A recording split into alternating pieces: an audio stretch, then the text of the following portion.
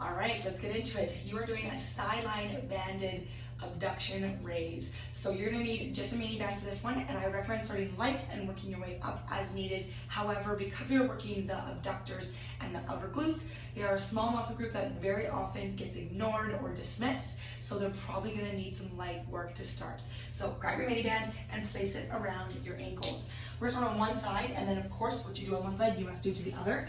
Get yourself set up onto the outside of your hip and come all the way down to your elbow so you're resting into your head and you don't have to worry about where's my head gonna be.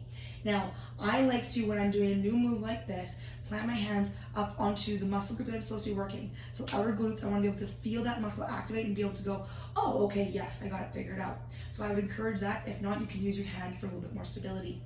Now, proper setup is going to be pulling the hips to the ribs, pulling your pubic bone forward and squeezing your butt cheeks. You want to be in a nice straight line.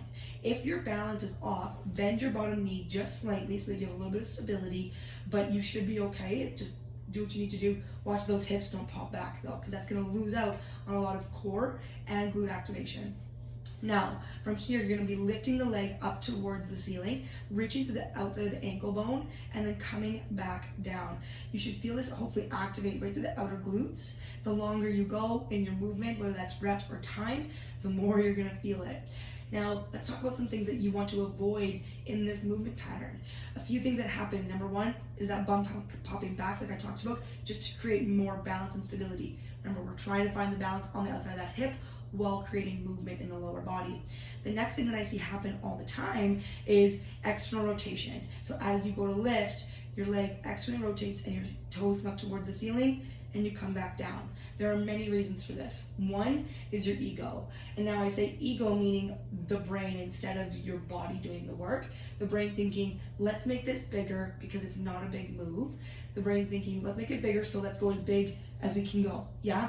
Now you've lost a lot of the muscle activation because again, it's small accessory muscles rather than the big powerful ones like the front of your quad or the glute max. So slow it down and be mindful of where your toes are pointing. You want them straight ahead, but if you naturally have externally rotated hips, say you've had children or your hips are just naturally in that position all the time, I want you to think about turning your toe down towards the ground quite dramatically and then slowly lift up. Naturally, what's gonna happen is your leg is gonna externally rotate slightly anyways, but that way you can avoid it externally rotating from here up here, and you can start in the bottom here and find your way up to a neutral line. So that's what I want you to think about when you're in this movement pattern. Again, remember what you do on one side, you must do on the other. So enjoy all the glute med and the abductor work through this mini band sideline abduction raise.